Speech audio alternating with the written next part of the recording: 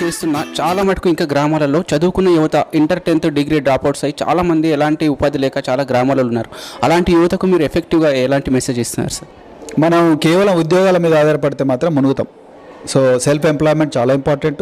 Employment మనకు business నా వల్ల కాదు, నా దగ్గర డబ్బులు లేవంటే కుదరదు. రోడ్ల మీద ఇడ్లీలు అమ్ముతలేరా జనాలు? రోడ్ల మీద పకోడీలు అమ్ముతలేరా? రోడ్ల మీద సమోసాలు అమ్ముతలేరా? రోడ్ల మీద నిమ్మరసం అమ్ముతలేరా? లేకపోతే రోడ్ల మీద చెరుకు రసం అమ్ముతలేరా? వాళ్ళు బతికినప్పుడు ఆత్మగౌరవంతో మనం ఎందుకు బతకలేము? సో డిగ్రీలు పీజీలు చేసిన వాళ్ళు హోటళ్ళు పెట్టుకుంటలేరా? ఇప్పుడు ఎంతోమంది శరవణ భవన్ ఇవన్నీ చదువుకోలేని వాళ్ళే గొప్ప గొప్ప హోటల్ చైన్స్ సృష్టించారు.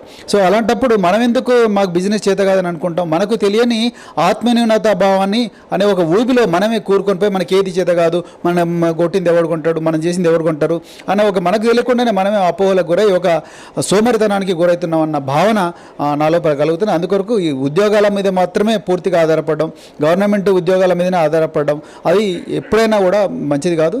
మనకంటూ సొంతంగా మనం ఒక కంపెనీ పెట్టుకోవాలి, లేకపోతే ఒక చిన్న బిజినెస్ పెట్టుకోవాలి. స్లోగా దాన్ని విస్తరించుకుంటూ పోతే డెఫినెట్గా బానిసత్వంలో ఉన్న జాతులు డెఫినెట్గా బలాఢ్యమైన జాతులుగా మారుతాయి.